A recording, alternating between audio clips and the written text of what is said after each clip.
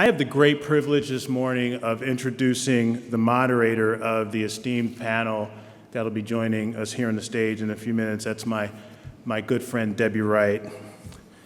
I've known Debbie for over 30 years, and that's more than half my life. And I know what some of you may be thinking right now. Those of you who know Debbie think of her youthful appearance, and you say to yourselves, I didn't know Roy had been Debbie's babysitter.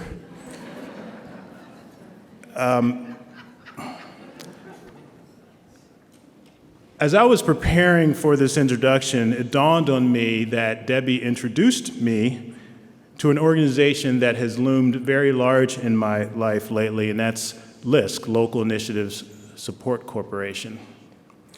The first time I heard of LISC was when Debbie asked me to join her for a meeting with LISC back in 1996, and that's when Debbie started up the Upper Manhattan Empowerment Zone, and I joined as her number 2. Well, earlier this year, 21 years after my first meeting with LISC, Morgan Stanley successfully took LISC public with the first ever bond issuance by a CDFI. You're allowed to clap. Thank you. Over the course of our 30-plus year friendship, Debbie and I have worked together 3 times. Those jobs were all excruciatingly challenging, impactful, and rewarding in their own way. Let me talk for a minute about some of the lessons that Debbie and I took from those 3 places to give you a feel for the furnace in which our friendship was forged. The first time we worked together was in the mid-'80s at a place called the First Boston Corporation, which is now Credit Suisse. First Boston, like Morgan Stanley, was a global investment bank, and it was home to mergers and acquisitions mavericks like Bruce Wasserstein and Joe Perella, and also home to a guy named Larry Fink, who left First Boston as a pioneer in mortgage-backed securities and created BlackRock, which is now the world's largest asset management company. And those are some of the folks that Debbie and I, when we showed up to work every day, they were there expecting us to make contributions to their efforts. At First Boston, Debbie and I learned that you really can work 130 hours in 1 week, survive on 4 hours of sleep a night, and prepare flawless, or in my case, almost flawless, financial models and presentations for big-time corporate CEOs and CFOs. The second time we worked together was in the mid-'90s, and I was Debbie's number 2 at the Upper Manhattan Empowerment Zone. The Empowerment Zone program was a Clinton administration initiative designed to revitalize distressed inner cities.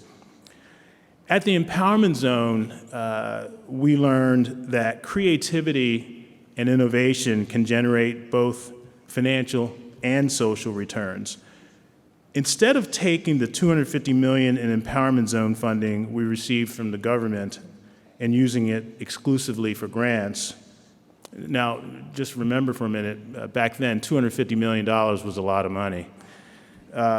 But instead of going with 100% grant funding, we dedicated a portion of that money to create an investment fund so those dollars could have a multiplier effect and be recycled back into the community. The Upper Manhattan Empowerment Zone and other empowerment zones of that vintage were expected to go out of business at the end of 2004, and that's when the funding was supposed to run out. But today, because of a little creativity and some out-of-the-box thinking, the Upper Manhattan Empowerment Zone is the only one of its vintage, and I think it may be the only empowerment zone that's still around. Now that's sustainability. That is Debbie Wright's leadership and creativity. And I just got word this morning, just before I went backstage, from Blair Duncan, who's general counsel at the Upper Manhattan Empowerment Zone. I understand that the Upper Manhattan Empowerment Zone has become a CDFI as of July 31st, and that's going to solidify its continued existence into the future. So congratulations to Blair and the Empowerment Zone on that. The third time Debbie and I worked together was at Carver Bank, which is one of the nation's few remaining African-American owned or managed banks. At Carver, we learned the importance of scale, or perhaps I should say lack thereof, and the special challenges and heavy weight that comes along with an institution that has to fight tough battles but doesn't have a lot of scale.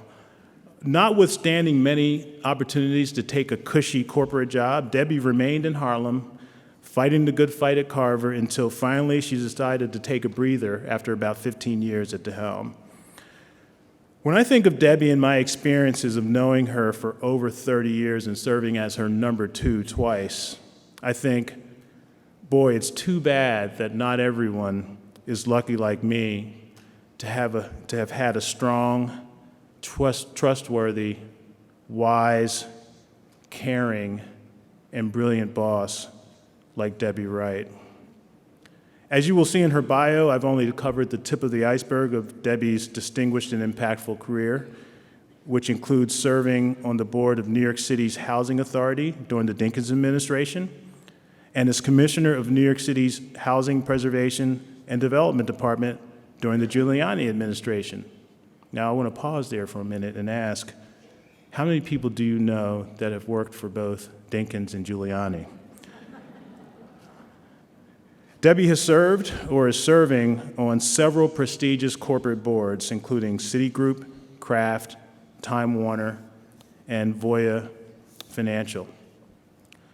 But even more important than Debbie's career are Debbie's personal qualities. Debbie's warmth and amazing communication skills that incorporate a healthy dose of wit are compelling traits that draw people of all kinds towards her. Of all Debbie's great qualities, 2 stand out to me: her integrity and her compassion for others. On integrity, with Debbie, one never needs to worry about impropriety or even the appearance of impropriety, because with Debbie, there is no superficial examination of one's behavior. Debbie digs deep. And as she digs beneath the layers, she's saying to herself and to her team, let's make sure we're doing the right thing for our institution, the community, and our other constituencies. A wise person once said, integrity is doing the right thing even when no one is watching. Said differently, you reveal who you really are when you think no one sees you.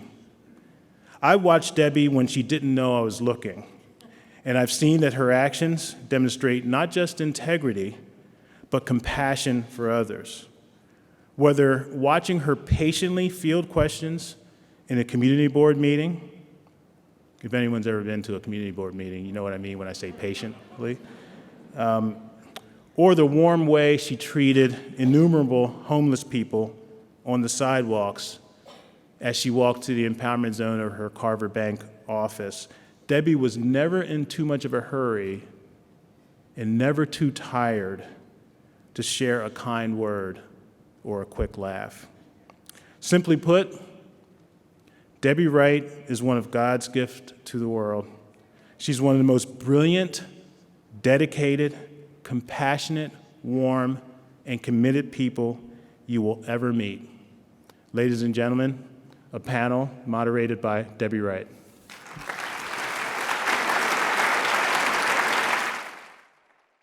I don't know how you live through a introduction like that. But Roy, thank you. It's overly generous, I think, in part because when you do the work that these folks up here have done and the work that you're doing in your communities, it's hard. It's hard. You care so much about the community and the people that you are working for and trying to serve, and then you have to deal with raising money, spending it well, public service, your congressman dropping by with comments, and not to mention your city council people, et cetera. So I take my hat off to you, because I know you guys are there in the fight today, as you have been for so long. And then these three folks up here are legends, not just in their own communities, but across the country because of the work that they're doing. And so I'm going to do a quick kickoff to let you know who's who. So Bill, you're furthest away. I'm going to say, let's start with you.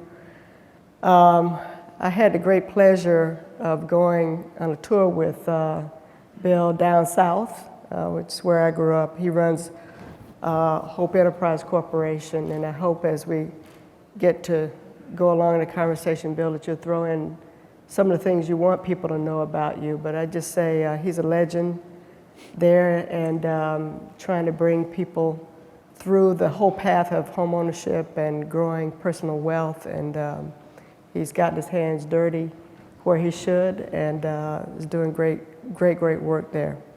Nancy, I'm just not going to say how long I've known Nancy, because that would date Nancy. But Low Income Investment Fund, and she has financed some of the most innovative housing and other developments across the country. Has been a leader, has shown all of us how to get that done well, and to focus on not just getting the financing done, but making sure that the developments serve the people that we want them to serve. And so we look forward to hearing. And then Tom, we haven't met. I'm glad to meet you here. Tom runs Genesis LA. We got to get the whole country covered here. And again, very innovative use of capital, tax credits, et cetera, to get housing built, people in safe places. So you got the country covered somewhat, and so let's kick it off. Bill, you want to start us, since you are normally not very shy about your point of view, closing the gap. You know, thank you, Debbie. It's so good to be here with 1,400 other folks who get it, who care about making this country what it should be for everybody, but unfortunately is not for so many. But before I give my comments, I've got to say we've got to give a hand to and welcome Lisa Mensah home. Yay, Lisa.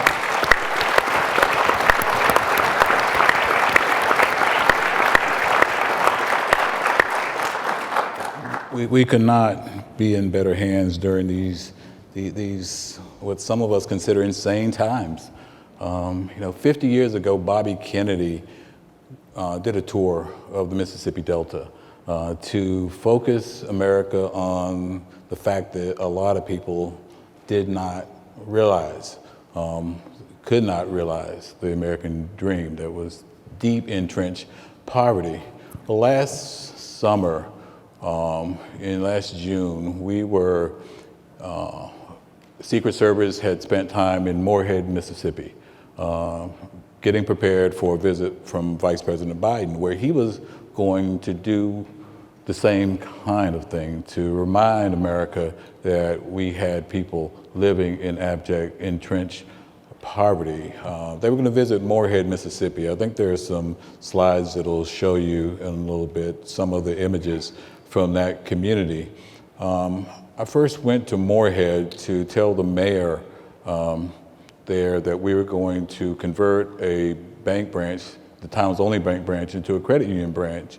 The vice president, unfortunately, could not make the trip because of the Orlando tragedy, and President Obama asked him to appropriately join him at a memorial service for those folks, and so we weren't able to schedule it. But every chance I get, I want to bring people to Morehead, to the Mississippi Delta. I think you may have visited Morehead. When I went to visit the mayor and told him we would open a branch, he took me to a community right outside the town where in the 70s, the developer had built 60 units of affordable housing.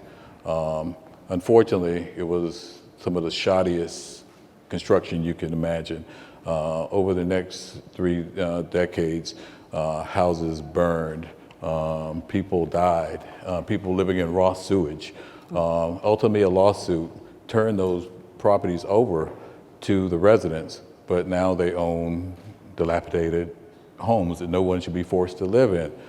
Well, we opened the branch, but our work cannot be successful if those people's conditions didn't improve. Interestingly, the development was built just outside the town limits because the developer and some of the power brokers didn't want the residents to be able to vote in the town, in the municipal elections. They were majority black residents.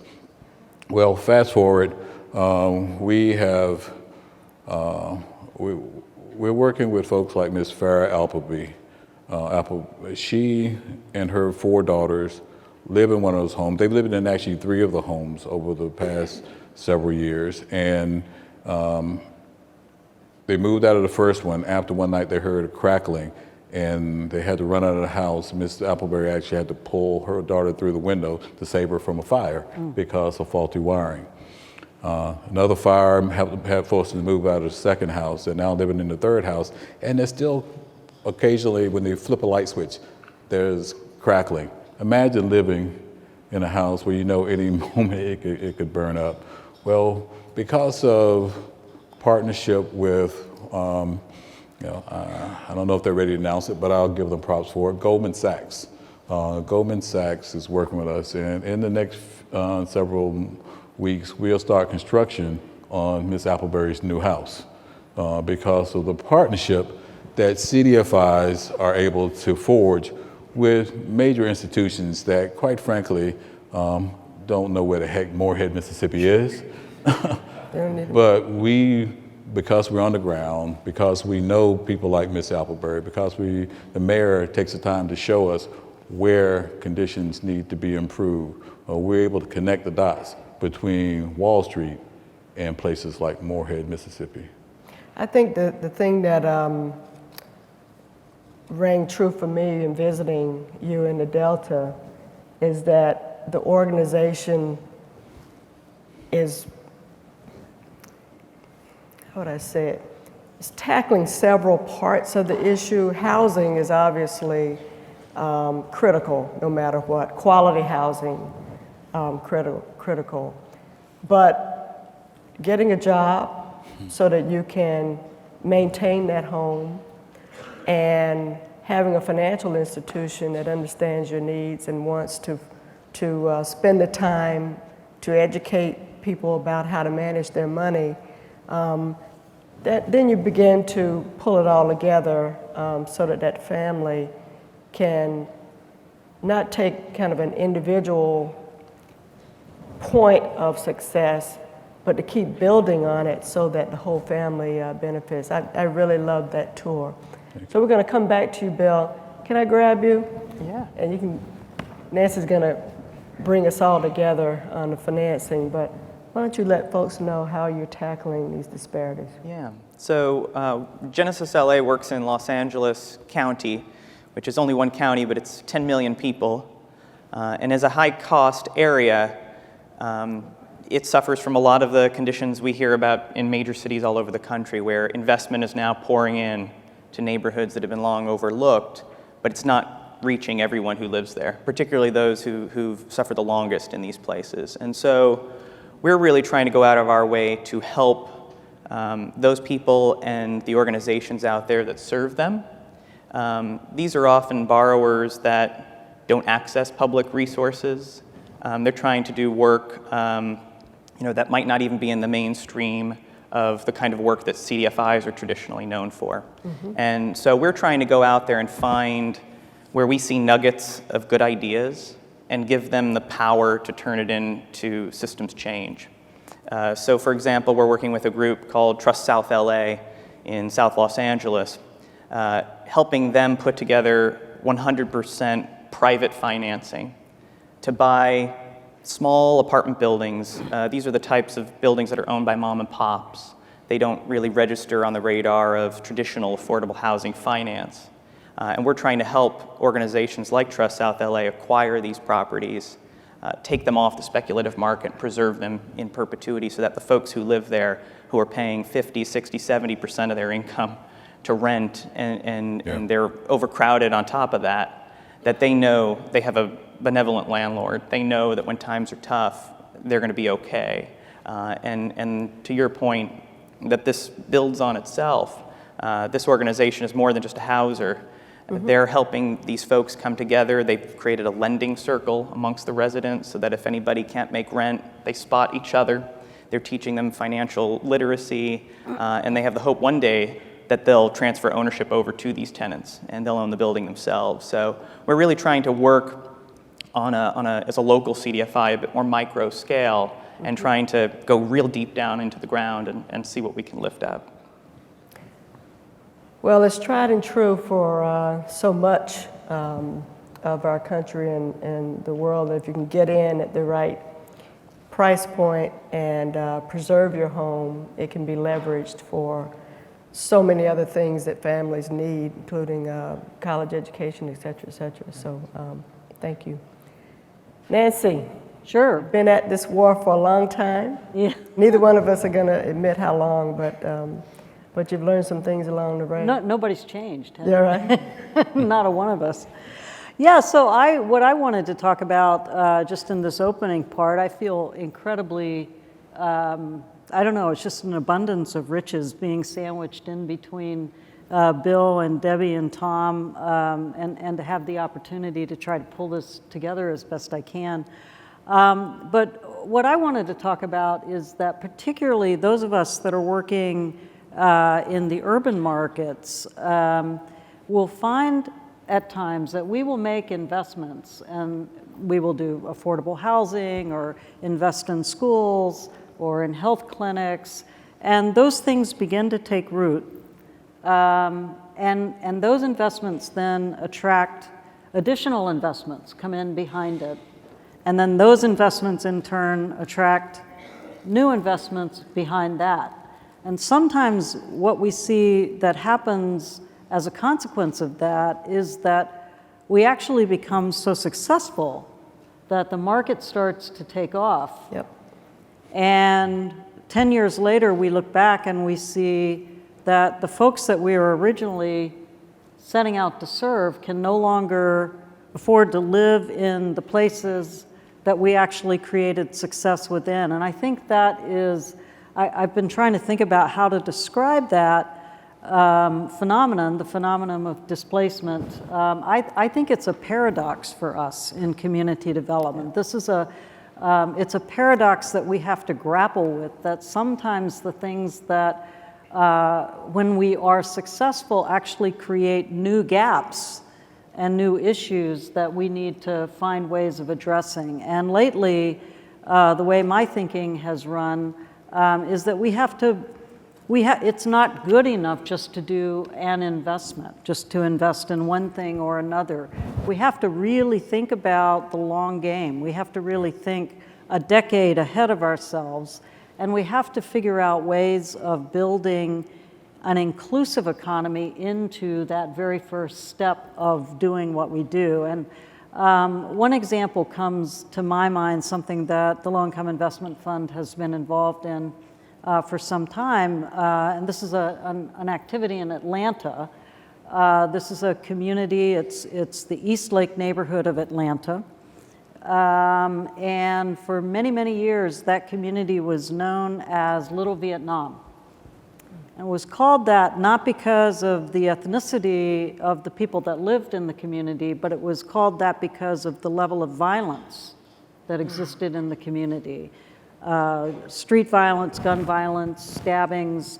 Unemployment was around, I believe it was around 80%, if we're thinking about 20 years ago.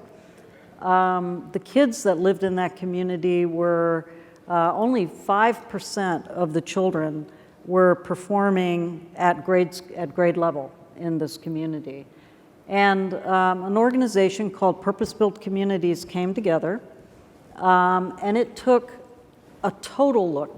It didn't say, let's just fix the housing. It kind of started with the housing, but then began to understand families need housing, but they need an awful lot more.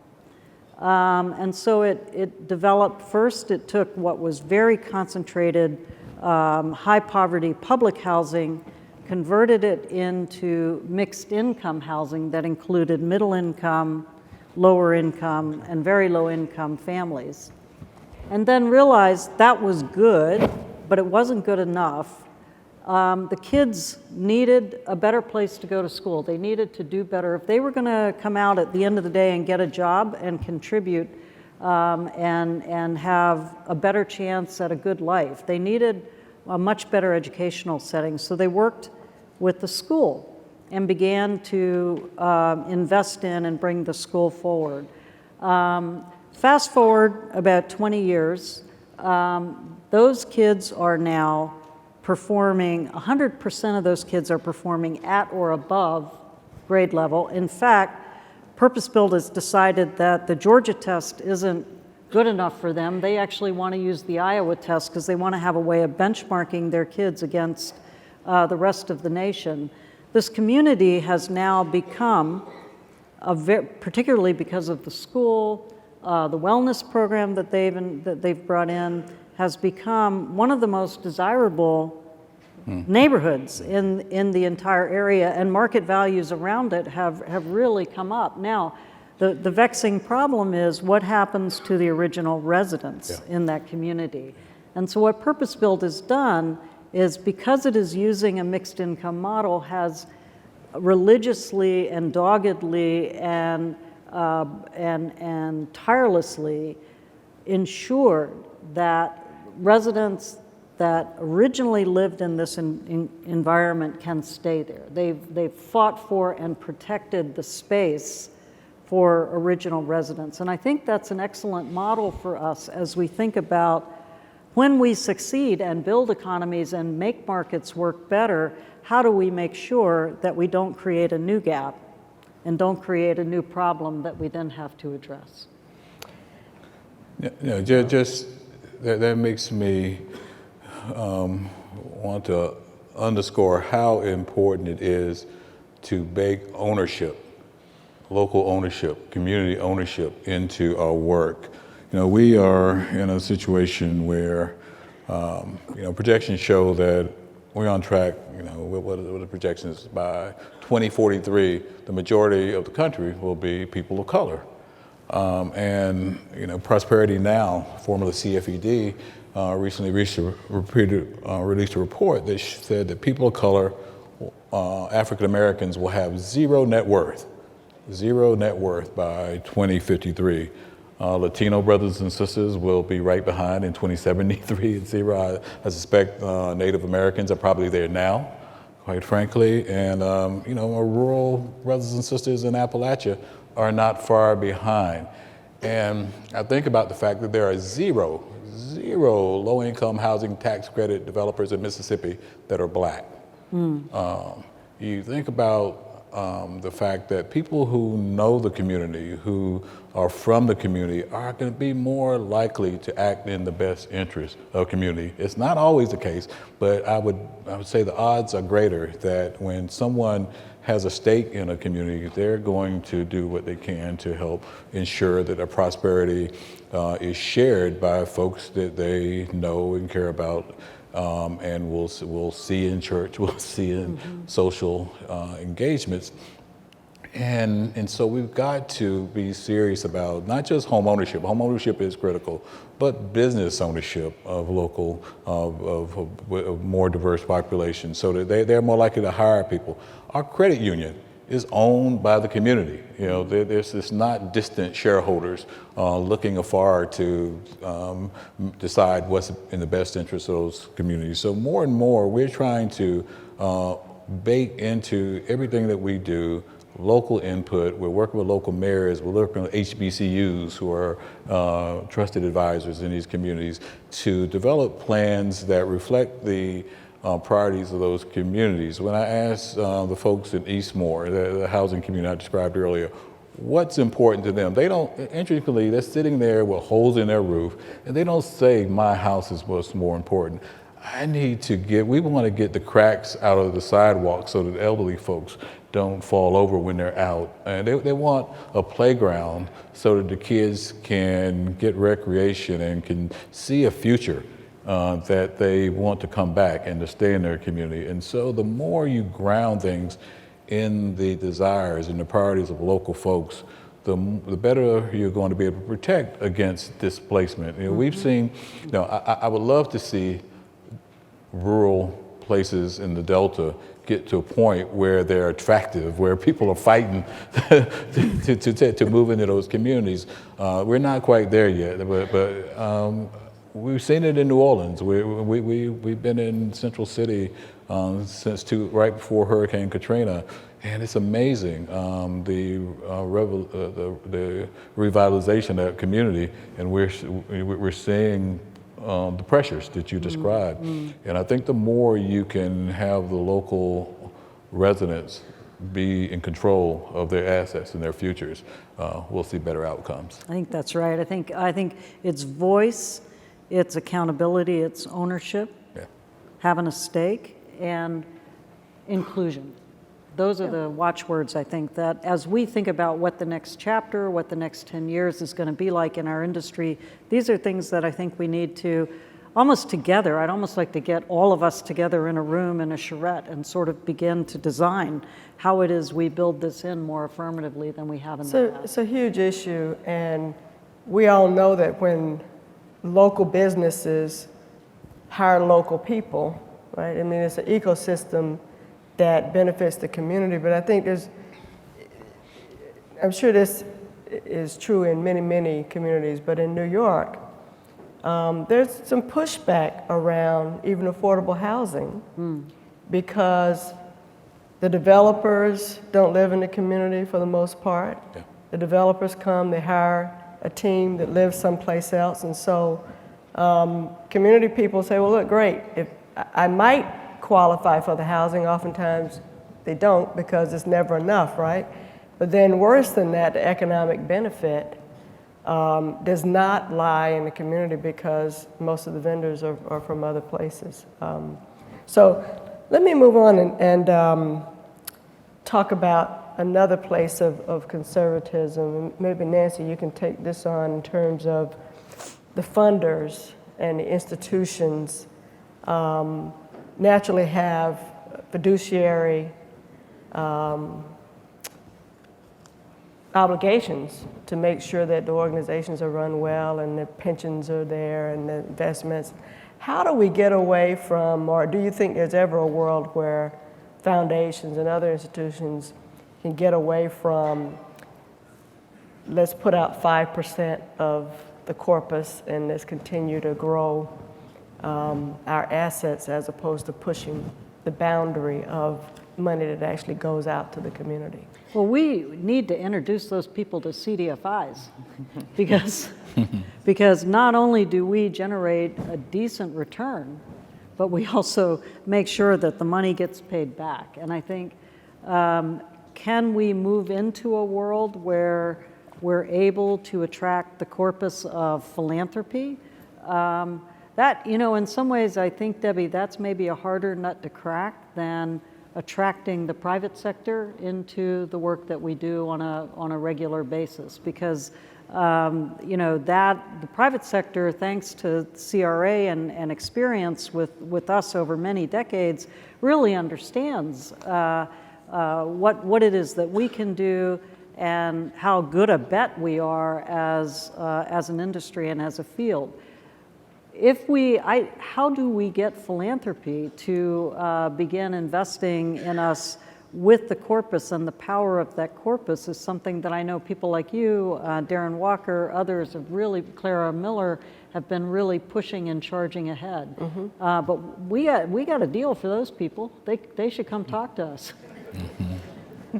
Well, with the real possibility, I mean, you think about the real possibility of federal money that we've all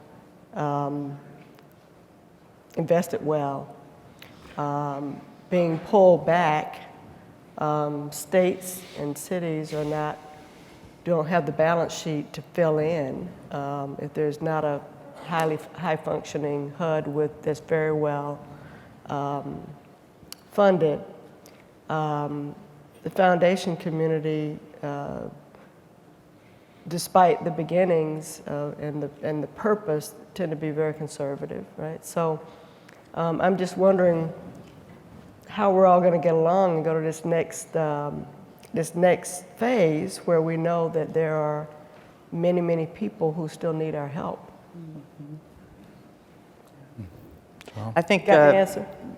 I'm not sure I have the answer, but I think, the CDFI model, and I think this is sometimes frustrating for CDFIs, sort of the tendency among some funders to sort of go with this, the trendy thing, the here and the now, what's this flavor of the month, so to speak. And I think, what the beauty of CDFIs is they know their communities probably as well as anyone, because they know the residents and the organizations serving them directly. And I think we have to just be real careful how we do deploy our limited resources, that we're looking at capable, competent CDFIs, folks that have a track record, and give them the resources to just go. Not have to check off certain boxes and serve, niche things that, people from outside the community might think is an important need. But everyone in this room knows what their communities need, and they have experience serving them. And I think to the degree that our resources are limited, it's really about finding competent organizations to capitalize and let them go and do business, because they know how to do it. Yeah.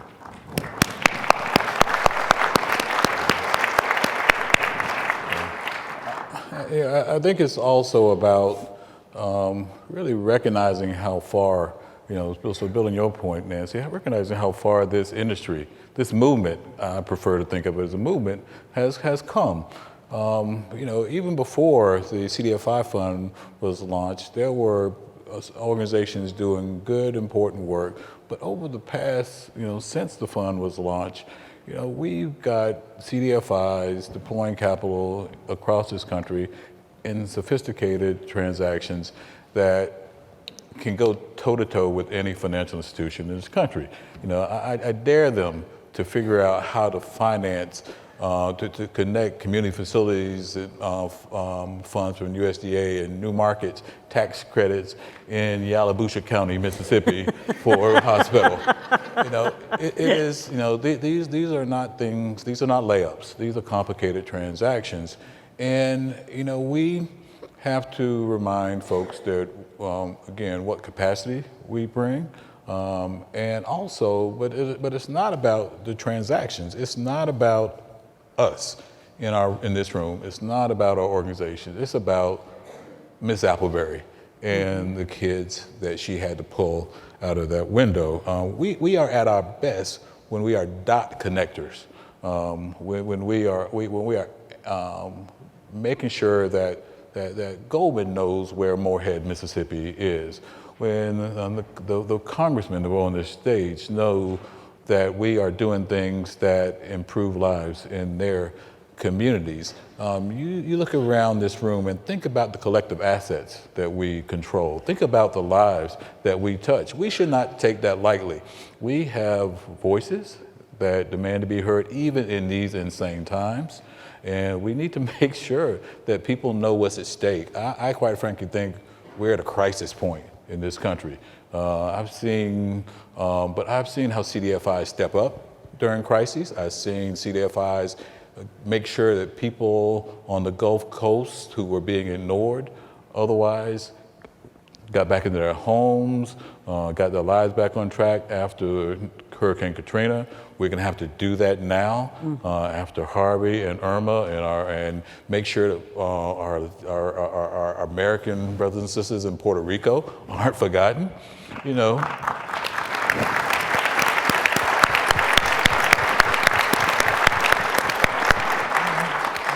And unfortunately, people in these communities don't have the relationships that we have. They don't have the ability to convey the points that we have refined over the past several decades, and it's needed now more than ever. It is. I am haunted by one image from the trip that I took to visit you, which was we were driving through a residential neighborhood where you could tell they were very small, very well kept homes that our parents would have lived in. Mm-hmm. But on one of those streets that we winded through, there were two boys that were, one was sitting on a stoop and the other was standing by his bicycle. Mm-hmm. They were teenagers, and it was the middle of the day. Yeah. Mm. And it just spoke to the inability to utilize the talent in our communities. They weren't in school and they weren't working. Yeah. And that's a recipe for disaster for most of us who've been around young teenagers. But the fact that we haven't figured out how to get those folks attached to the economy in any way, starting with school, and if ready to work. Mm-hmm. And if we can't get that, solved, I don't know how we get this economic thing going either. Mm. Yeah, I think you're right, absolutely right. But I think that speaks to the Swiss Army knife nature of CDFIs and just the breadth of the tools that we deploy in communities. We're opening accounts for 3 and 4 year olds so that by the time they're 18, they don't have negative net worth. They've got savings, so they have more options than they would have had otherwise. Kids are 3 times more likely to go to college, 4 times more likely to graduate if they've got just a few $100s in a savings account. And then we're doing the housing work. We're doing the charter schools and the community facilities financing to give these kids more options. We're doing the healthcare facilities financing. We're creating jobs so that their parents can help get them in a better situation. So it's a lot on our shoulders, but boy, I've seen what these organizations do, and I know that we're up for it. We talk about, we celebrate $190 million appropriation. We need $1 billion CDFI appropriation.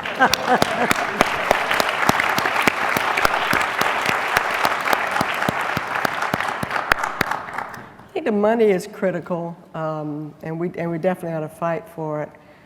But as a recovering banker, I would say the thing that used to break my heart so much when I was at Carver was to see how much trouble people could get into, and it follows you. So when you mess up a credit card, that's on your in your credit profile for a long time.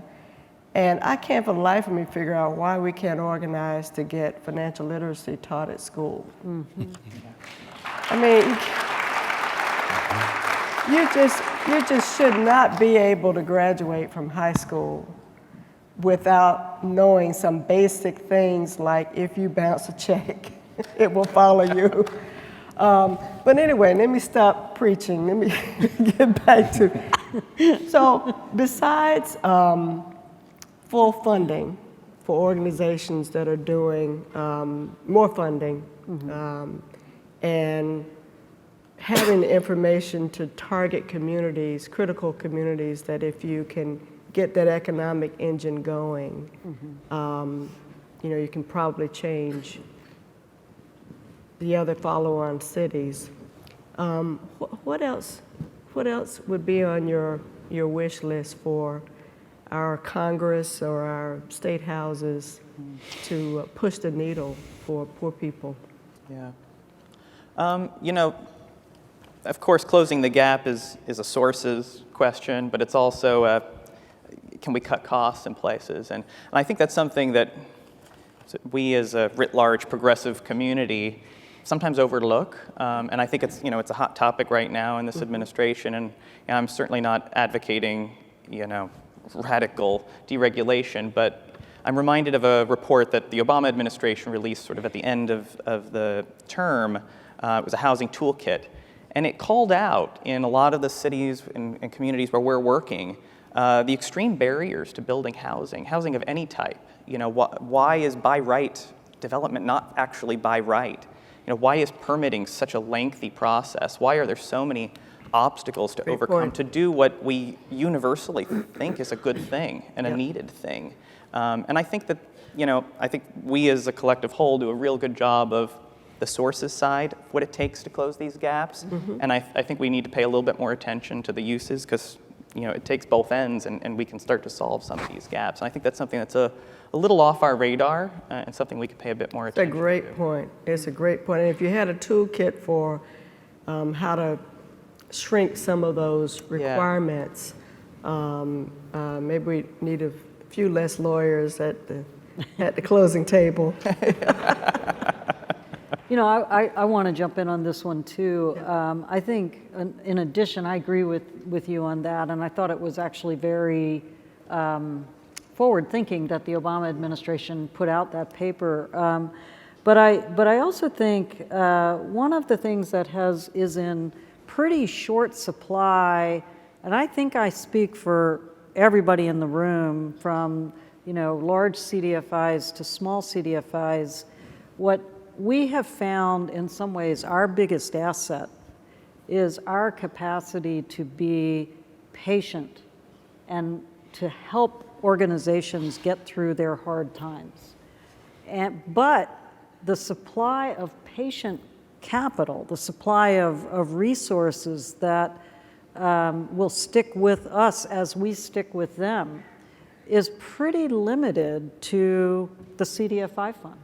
I mean, that is the ballast that enabled my organization, for example, in the depths of the recession, to be able to declare interest rate holidays, just to frankly stop requiring payment for a period of time as organizations kind of found their way through that business cycle. And we ended up, while we had as much trouble as anybody else did in our portfolio, because we were able to hang in with our customers, with our communities and our borrowers, because we were able to be flexible with them, which a private financial institution a regulated institution has a hard time doing, we ended up with no failures. We created success out of all of that difficulty. We could not have done that if we were working on the same kind of cycle of capital that most banks do. And so I think the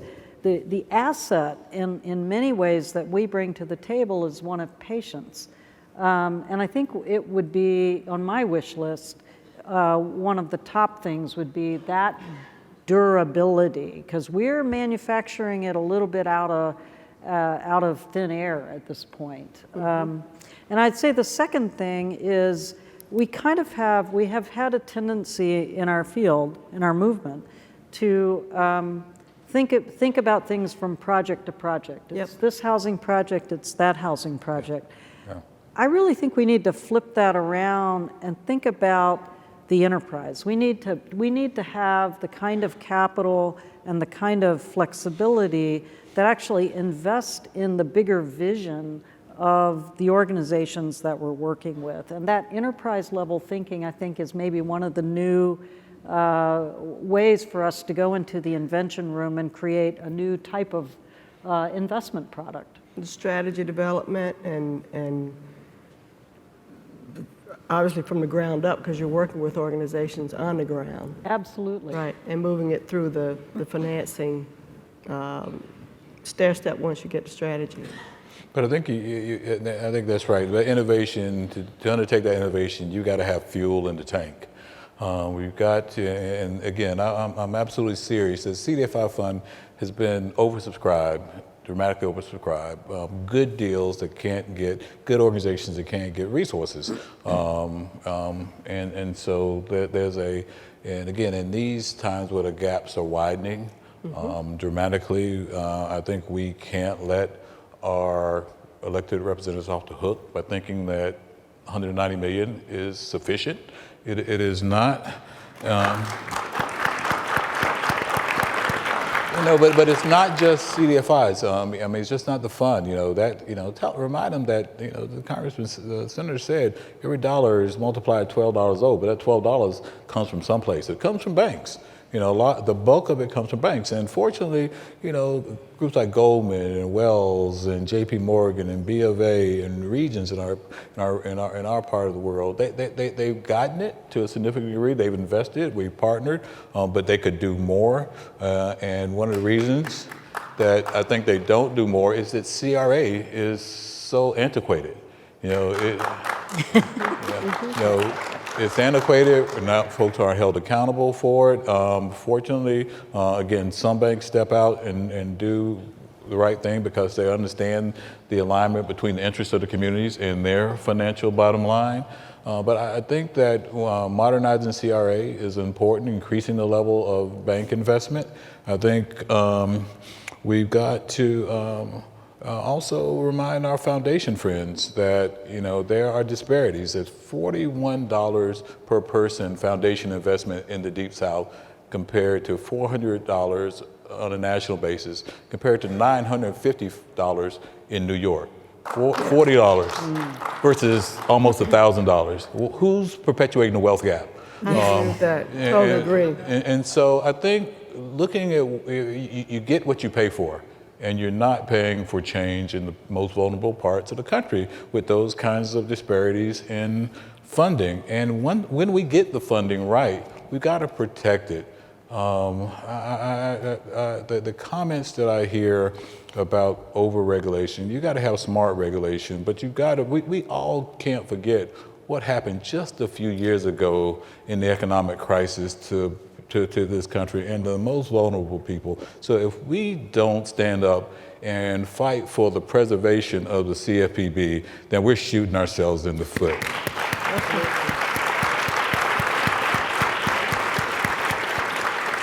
Thank you. Thank you so much. So I know there's got to be some questions from the audience, and we'd love to take on some. All right. First question.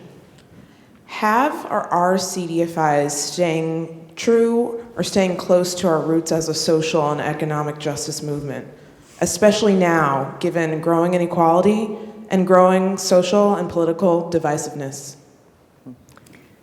2-minute answers so we can get. Can I jump in? Please. This is something that's near and dear to my heart. Bill, I think it is for you as well. But I think for the last 30 years, we have been busy perfecting, working, moving the movement into a professional frame.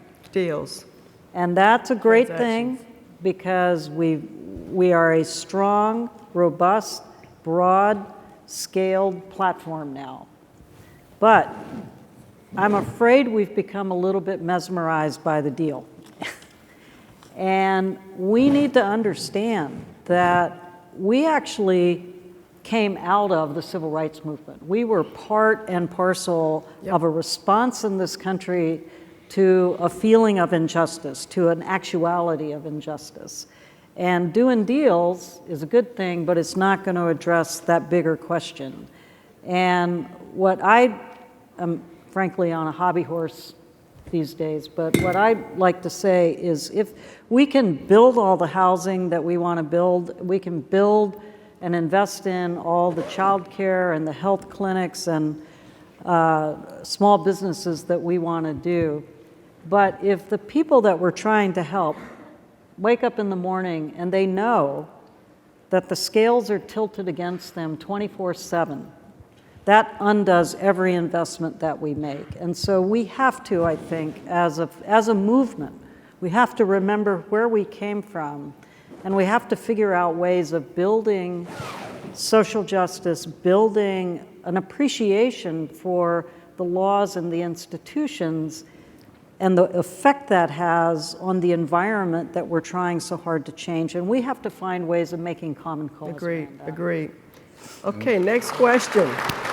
I've got to add to that. We got 6 minutes left, Bill. We're not doing enough. In my office, I got a picture of Katrina, houses after Katrina, a picture of Frederick Douglass, and what does he say? Without struggle, there is no progress.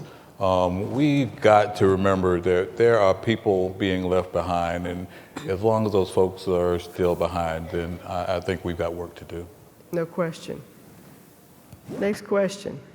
And this is the last question. How can we be building ownership for people with lower incomes into our work in rapidly changing urban communities? How can cities support ownership with policy? Home ownership? Was that the question? Or business ownership? I guess it all. It's wealth building. It's a great question. I mean, so I can tell you one thing that we're trying to do. There's been a lot of talk across the country about gentrification in these communities, particularly as it relates to housing. And we're seeing how it's impacting commercial districts where mom and pop businesses and small nonprofits might exist. And so we're trying to find some ways to help nonprofit, community-based collaboratives help acquire some of this space so that they can help place in these facilities the kinds of local mom and pop businesses, the kind of community neighborhood-based nonprofits, and hopefully out of this we're hoping to find a way that we can help local residents acquire shares in these types of properties so that it truly is community owned down to the resident level. And I think we need to keep trying to think about tools like this. Yep. Maybe not everybody's ready to be a homeowner right now, but there's still a place for them to have an interest in something and be a part of the riches that we hope to create. Very well said. Join me in thanking the panel. It's been fabulous.